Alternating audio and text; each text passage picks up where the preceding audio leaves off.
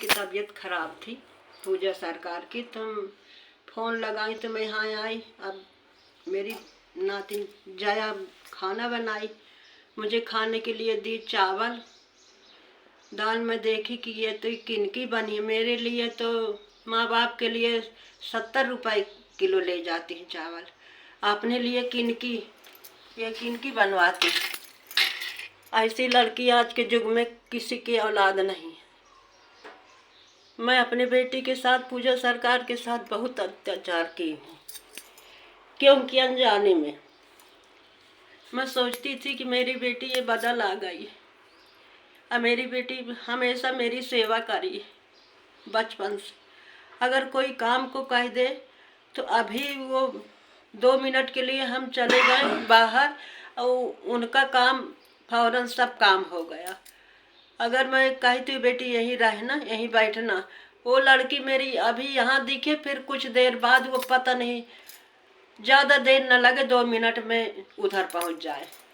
मतलब वो अंतर्यामी बचपन से है। अब मैं अपने बेटी के साथ पूजा सरकार के साथ बहुत अत्याचार की हूँ अनजाने में। मुझे यही लगता था कि हॉस्पिटल में पैदा हुई है वहाँ बिलासपुर में तो बदल आ गई, लेकिन मेरी बेटी बदली नहीं। अब मुझे लगता है कि भगवान ने मुझे दिया, बदली नहीं। बहुत अत्याचार की, उसका मुझे बहुत पछतावा है और मैं अपने बेटी की ही पूजा करती हूँ सबको छोड़कर और गौरी शंकर की।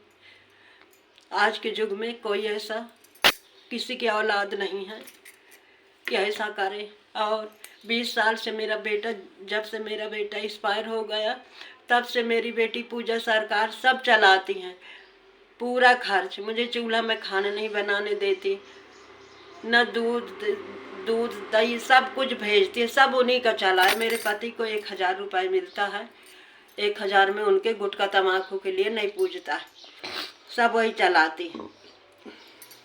कोई हमको एक गिलास पानी देने वाला उस घर में नहीं।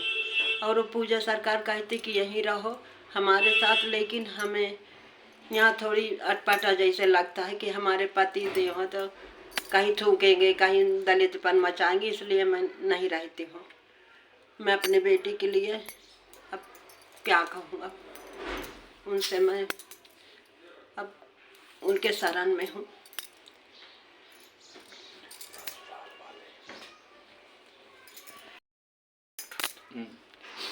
न मेरी बेटी ससुराल में सुख पाई है, न अपने माँ बाप के घर में सुख पाई है। ससुराल वाले भी, न पति का सुख उनको मिला, न ससुराल वालों को किसी का सुख नहीं मिला, न माँ बाप के घर में सुख मिला, कहीं उसको सुख नहीं मिला। और वही हमको सुख दी, हम कहीं सुख नहीं मिला। पति का सुख तो और नहीं मिला। अगर पति ही अच्छे होते पूजा सरकार के तो किसी की हिम्मत नहीं थी कि ससुराल में कोई उनको किसी तरह की आँच आती। लेकिन वो अपने शक्ति से सबका सही है और सबकी मदद करी है। अपने पति देव का आज भी मदद करती है। माँ बाप की तो भरपूर पूरी पालनहार बनी है। कृष्ण का कन्हैया। हकीकत कहानी मेरी बेटी पूजा सरकार की सुनेंगे लोग बाग तो उनके आंसू न रुकेंगे।